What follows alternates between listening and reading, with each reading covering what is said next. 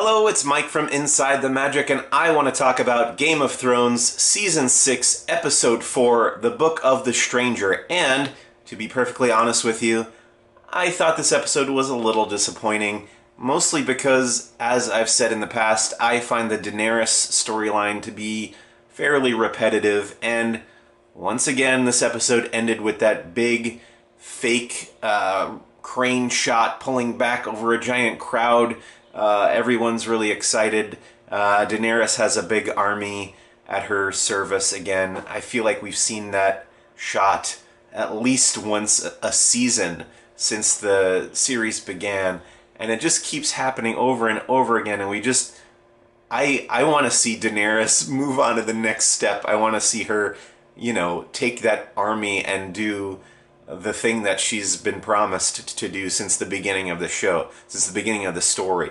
Take that army and cross the Narrow Sea and invade Westeros. I'm sure that's going to happen eventually. I know that's part of the larger plan, but the show seems to be stuck, what they would call wheel spinning, right? Getting to that point. Anyway, a big chunk of the episode was spent on Daenerys, so it wasn't quite to my tastes. But we did get to see some cool stuff. We got to see Sansa reunited with her half-brother Jon Snow, and that was cool. And now they are planning, well, Sansa is trying to convince Jon to go down to Winterfell and take the castle back from the Boltons. So that should be interesting. A lot of people predicted that Osha was going to quite literally stab Ramsay Bolton in the back, that her being captive was part of a plan to take him down. And I guess they were right. She did attempt to assassinate him, but he was on to her pretty quickly.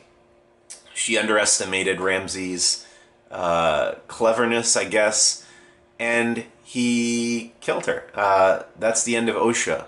So that's a character that's been on the show since season 1 and is dead now, and was, for all intents and purposes, a good guy. So it's sad to see her go. We saw Littlefinger return to the Vale and interact with Robin, who seems to trust him a great deal, and now we know that Littlefinger still has kind of a stranglehold on the future of the Vale, and that gives him quite a bit of power.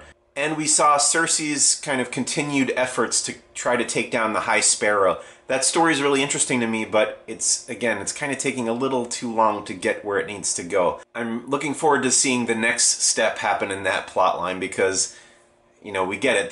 The High Sparrow is very pious. He likes to shame people. And it's weird to be on the Lannisters' side for once, but we are. We definitely are when Cersei and Jaime are teaming up with the Tyrells to take on the High Sparrow.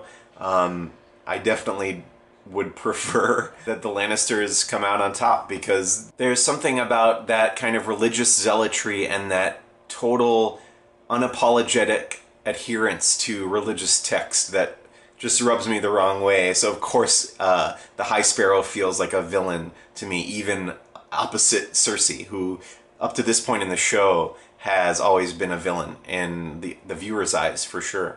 So overall, I thought this episode was pretty slow. You can tell it's the middle of the season. It's episode 4 out of 10.